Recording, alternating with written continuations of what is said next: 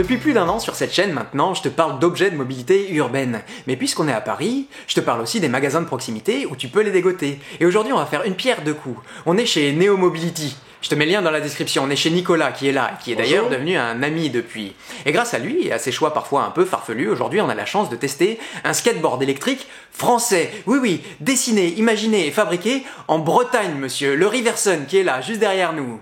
Reste à te dire que cette chronique n'est pas sponsorisée, ni par le magasin, ni par la marque, et maintenant on peut se lancer, et chronique numéro 103, c'est parti!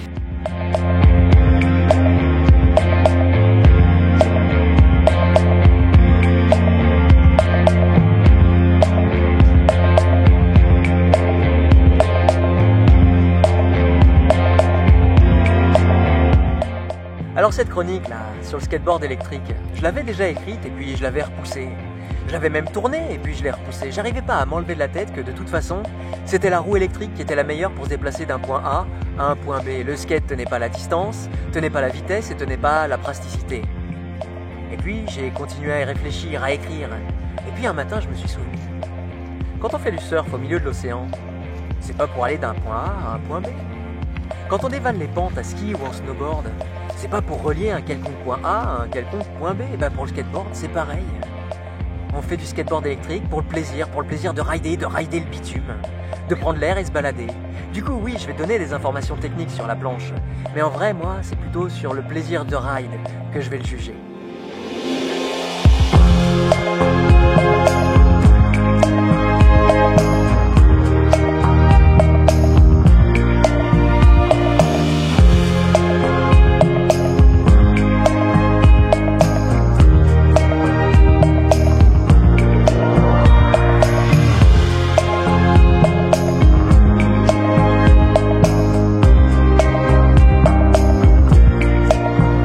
Retour à l'atelier, on va parler un peu technique. D'abord la vitesse. 28 km/h là-dessus, il n'y a rien à dire, c'est la réglementation en vigueur qui fait que de toute façon, on est limité. J'avoue qu'on voudrait une petite option comme ça pour pouvoir le débrider, mais si c'est pour plus être homologué, ça sert à rien. Ensuite, la batterie. Là-dessus, la planche est annoncée avec entre 10 et 13 km d'autonomie.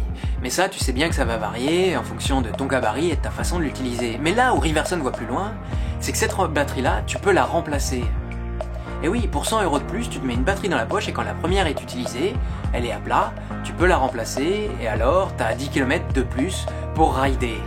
Et ça quand même c'est une option pour moi qui devrait être obligatoire, c'est un peu comme l'extension de mémoire sur les téléphones portables. Pour moi c'est une aberration quand l'option est même pas proposée. T'as aussi non pas un, mais 2 moteurs de 500 watts pour propulser une planche qui a un fort beau gabarit de... Pardon, je fais juste une petite interruption pour reparler des 2 moteurs. Imagine, si t'avais qu'un seul moteur, à gauche, quand tu vas carver à droite, la roue va un peu se lever, tu vas perdre ton accélération. Alors que là, si t'en as un aussi de l'autre côté, il va prendre le relais. Cela dit, on peut continuer.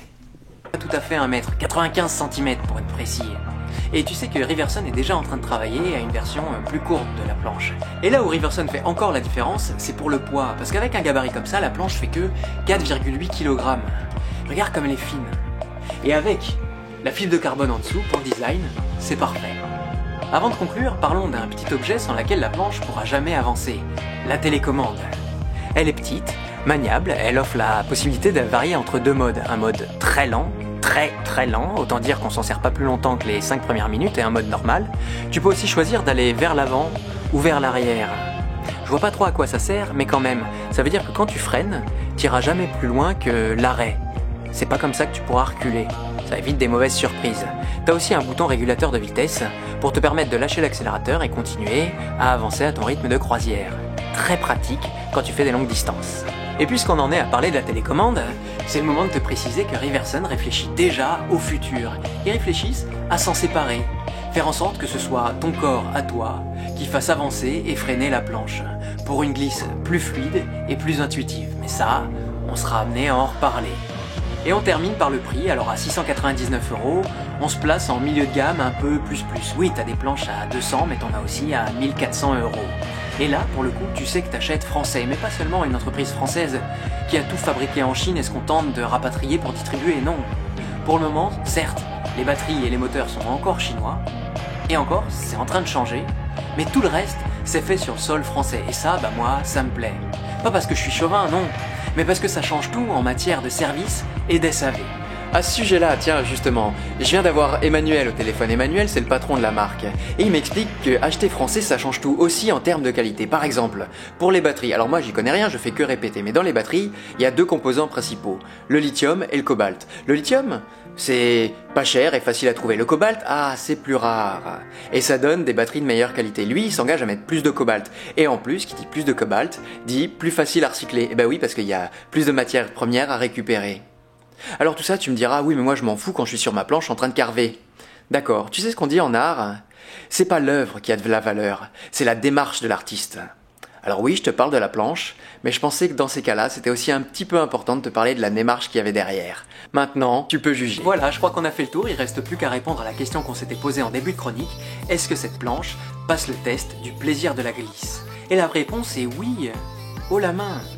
De la fabrication à la solidité en passant par les spécifications, tout est réussi. Il manque vraiment une chose pour moi.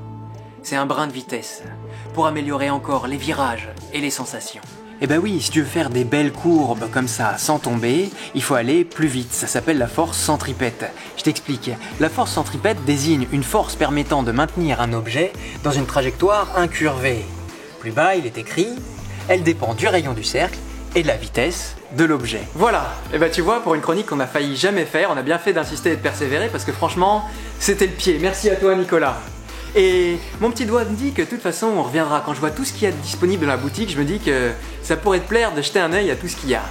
Oublie pas non plus que si tu viens avant le 16 mars dans la boutique avec le code 1 long, 2 court, 1 long, pourquoi ? Pour pas de raison, Nicolas, parce que c'est un ami et qu'il est sympa, il te fera 5% de réduction sur la planche en question. Allez, à la semaine prochaine pour une nouvelle vidéo et un nouveau sujet.